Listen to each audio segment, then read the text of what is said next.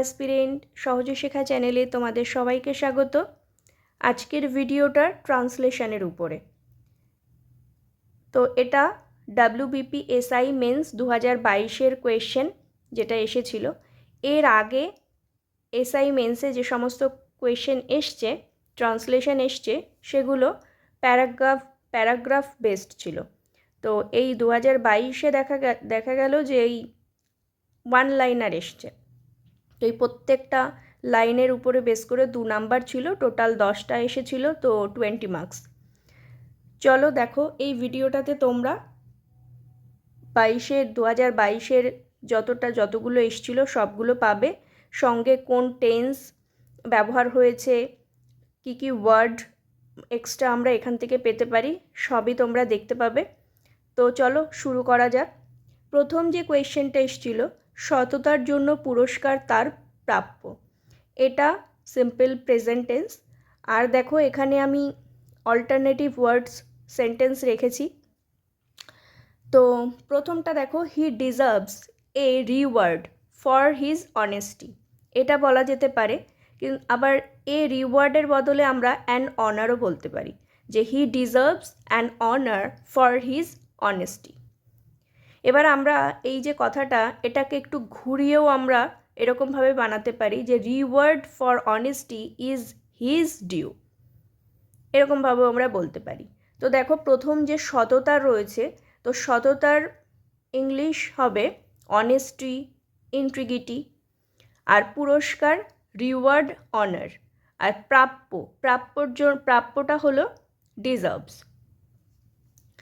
তো দ্বিতীয়টা দেখো, পার্টিতে যাওয়ার জন্য সে উদগ্রীব ছিল। এটা সিম্পল পাস্ট টেন্স।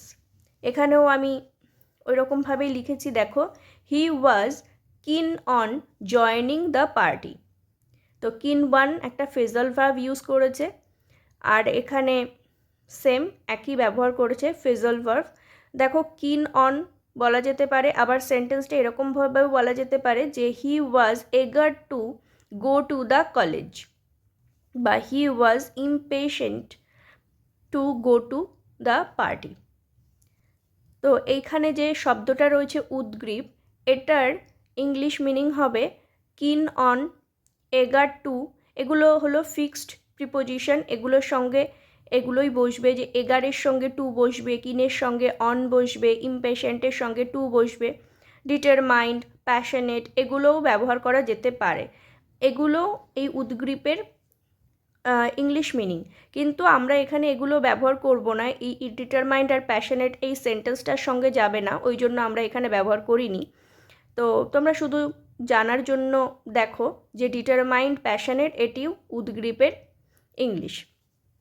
আর এখানে যে যাওয়ার জন্য, ওই জন্য আমরা এখানে জয়েন কিংবা গো দুটোর একটা ব্যবহার করতে পারি। তো তারপরের সেন্টেন্সটা দেখো, রাম কথা দিয়েছিল যে সে যাবে। এখানে দুটো টেন্স ব্যবহার হয়েছে, রাম কথা দিয়েছিল আর সে যাবে। তো এই যে প্রথম যেটুকু রয়েছে, রাম কথা দিয়েছিল, এটুকু হলো সিম্পল পাস্ট টেন্সে লিখেছে। আর সে যাবে, এটা হলো ফিউচার কিন্তু পাস্ট টেন্সে।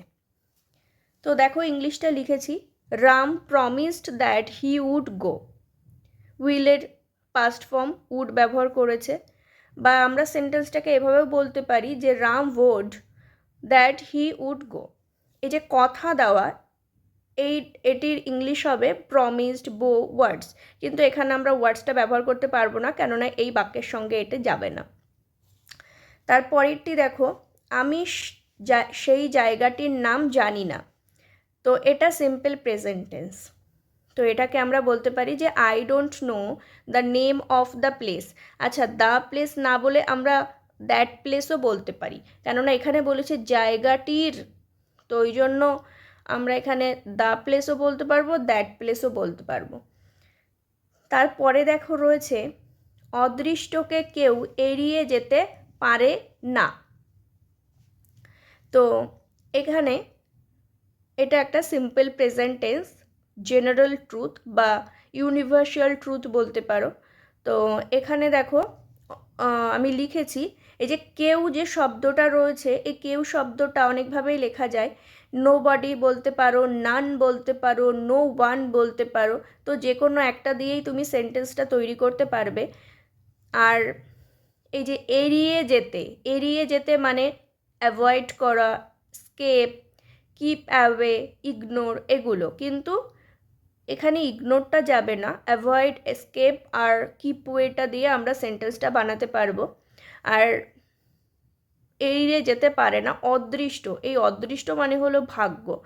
তো এটার ইংলিশটা হবে ডেস্টিনি বা ফেট, যে কোনো একটা ব্যবহার করতে পারবো। চলো দেখো সেন্টেন্সটা কিভাবে আমরা বলতে পারি। Nobody can avoid from his or her destiny. এইখানে একটু বলে রাখি যে যদি কোনো কিছু উল্লেখ না থাকে, মেল কি ফিমেল যদি উল্লেখ না থাকে, তাহলে সেক্ষেত্রে আমরা হিজটাকে বেশি প্রায়োরিটি দিই। তো এখানে হিজ হার দুটোই আমি লিখেছি, কিন্তু এখানে হিজটা দিলেই বেটার হবে, যে nobody can avoid from his destiny. বা এরকম বলতে পারি none can escape from his fate. বা এমনও বলতে পারি no one can keep away from his destiny. তো এখানে দেখো আমি অল্টারনেটিভ দিয়েছি, এখানেও অল্টারনেটিভ দিয়েছি, যে কোনো একটার সঙ্গে ব্যবহার করা যেতেই পারে। তো তারপরে দেখো, তারপরে সেন্টেন্সগুলো আছে, দেখো দেখো রয়েছে যে চলো আরও একবার করা যাক। তো এটা সিম্পল প্রেজেন্ট টেন্স, এটা ইম্প্যারেটিভ মুড শো করছে এখানে। তো এটা আমি দুরকমভাবে লিখেছি। Let us do it again. Again মানে হলো আরও একবার। আর এই আরও একবারটাকে ওয়ান্স মোরও বলা যেতে পারে, কিন্তু এটা খুবই ফর্মাল, ইনফর্মাল। তো এগেইনটা ঠিক আছে। Let's do it once more, দুটো যে কোনো একটা বললেই চলবে। তারপরে দেখো 2 সপ্তাহ হলো তার মৃত্যু হয়েছে। এখানে দুটো টেন্স ব্যবহার করেছে, একটা প্রেজেন্ট পারফেক্ট টেন্স আর সিম্পল পাস্ট টেন্স। এই যে 2 সপ্তাহ হলো, এটা প্রেজেন্ট পারফেক্ট টেন্স, আর মৃত্যু হয়েছে এটি হলো সিম্পল পাস্ট টেন্স। তো দেখো এখানে আমি কি লিখেছি, it has been 2 weeks since his death. এবার এখানে আমি অনেকগুলো অল্টারনেটিভ রেখেছি। এই যে মৃত্যু হয়েছে, এই যে এই মৃত্যু বা তার মৃত্যু, এটাকে তোমরা his death, he passed away, he breath his last, he died, এরকম বলা যেতে পারে, এরকম বলতে পারবে। তো দেখো আর এখানে যখনই প্রেজেন্ট পারফেক্ট টেন্স আসবে তখন সেখানে আমরা সিন্সটার ব্যবহার করতে পারি। তো সিন্সের ব্যবহারটা এখানে করলে বেশ সেন্টেন্সের মানটাও খুব সুন্দর বাড়বে। তো তারপরের সেন্টেন্সটা দেখো, গভীর রাতে বাড়িতে চোর এসেছিল। তাহলে এসেছিল এটা সিম্পল পাস্ট টেন্স। দেখো ইংলিশটা কি লিখেছি, এ থিপ এন্টার্ড। দেখো এই যে ঢুকেছিল বা এসেছিল, তো এখানে আমি 3টে অল্টারনেটিভ রেখেছি, entered, came, set foot in. আর গভীর রাতে এটারও 2টো অল্টারনেটিভ রেখেছি, দেখো late at night, in the dead of the night, যে কোনো একটা বললেই হবে। A thief entered the house late at night.